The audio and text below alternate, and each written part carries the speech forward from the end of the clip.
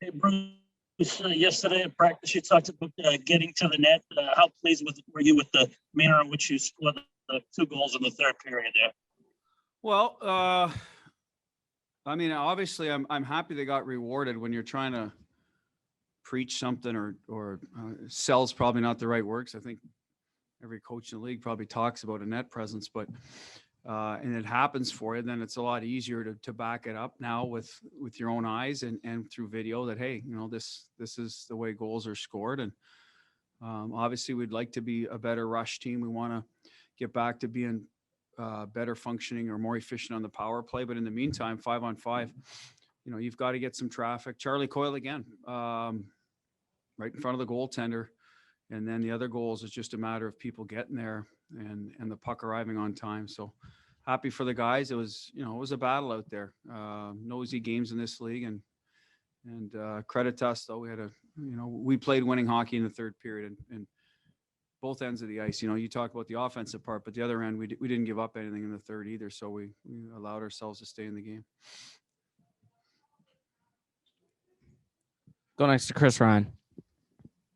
Hey, Bruce, your thoughts on the pairing of McAvoy and Grizz, what you've liked from them in general, and also what they gave you today in order to help out the forwards 5-on-5?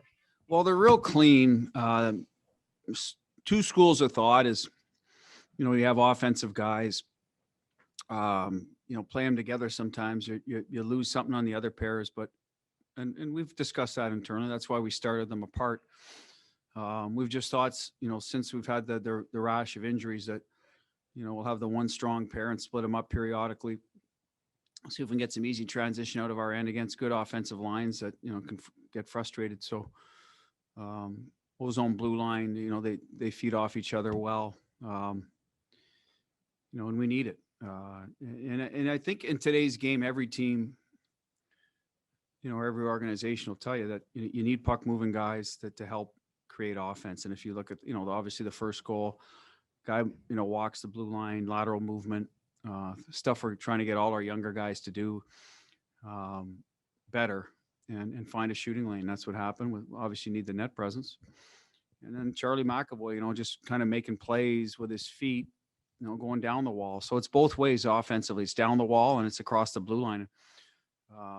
And then obviously your skill has to take over. So that's what I like about them. They give the forward some pucks in good spots, try to match them up as much as possible with a good offensive line and see where it takes us. And it's usually to good places. Go next to Fluto. Bruce, on Smith's goal, that line gets a rush chance. I think it was Lozon and Clifton there. What did they do well to defend that the rush before and give your guys the puck?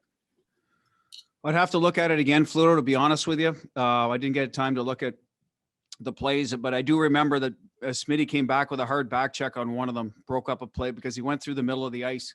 And eventually the puck usually finds itself going through there or arriving there to a late player. So I do know that, but I would honestly, Fluto, I'd have to look at it again.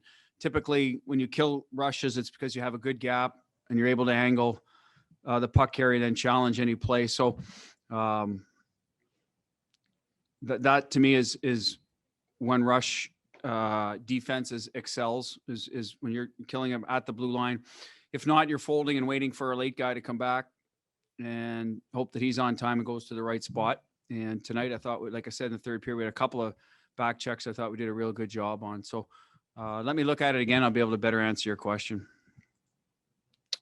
Final question, Kevin Dupont.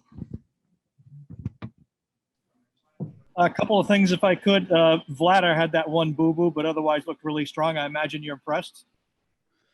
Yeah, in fairness, it looks bad on him, but he fired the puck right past Zaboral. I mean, you got to be prepared to handle that as well. Now, on the PK, it's a little more difficult. So the defenseman maybe thinks the goalie's going to rim it. But if that's the case, then don't present yourself or I don't know if he called for it or not. So that's a shared responsibility in my estimation, Kevin. I thought he responded well from it. You don't know with a young guy if he'll sort of, get in his head or park it, and I thought he did a good job parking it, made some good saves for us. I don't think he had to make a ton of stops in there, but he made the ones he's supposed to.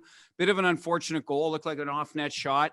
because he's so tall, he kind of naturally played the shot and the rebound. We just, we lost a race to a loose puck there.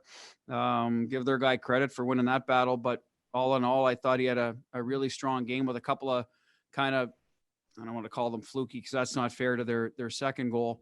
But luckier goals that, they didn't have a chance on after he played. Obviously the first one, he could have done a better job, but once it was turned over, both of them, he was in a tough position to stop. And I thought the rest of his game was real solid. And if I could just check on a couple of the injured guys, Kuhlman, Carlo, and I didn't see Kevin Dean today. Kevin Dean had a close contact for COVID, so he's getting the weekend off. I'm not sure when he's cleared. That'll be a couple of testing issues, so he will not be with us tomorrow. So Joe Sacco took over like the old days back there. And the injured guys, Cooley, good news, no structural damage. But obviously some issues holding a hockey stick right now. So he'll be listed as day to day. Carlos skates with the injured guys. We'll continue to do that. Hopefully joins us Monday. We'll have a better idea then. We'll see what our practice looks like Monday, but he will not play tomorrow. We put Losey in. I know someone had asked me, I think it was you yesterday. I talked with Losey after, and he felt that he was ready to play. We weren't sure. Medically, he was cleared. We weren't sure if he had enough practice time. We decided to go that route. So that one, I gave you some misinformation yesterday when you asked, but we made that decision after. So that was the decision with him versus Tenorti.